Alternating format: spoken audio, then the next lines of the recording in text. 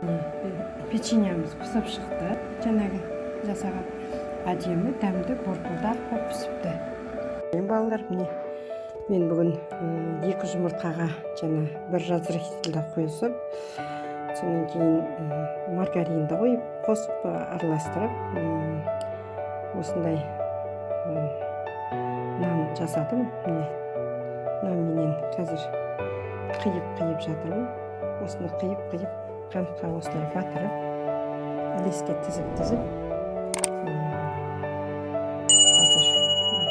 леске тіземді, соны пісіруге қоямын. Печеньеміз пісіп шықты. Жаңағы жасаған әдемі дәмді борпылдар болып пісіпті.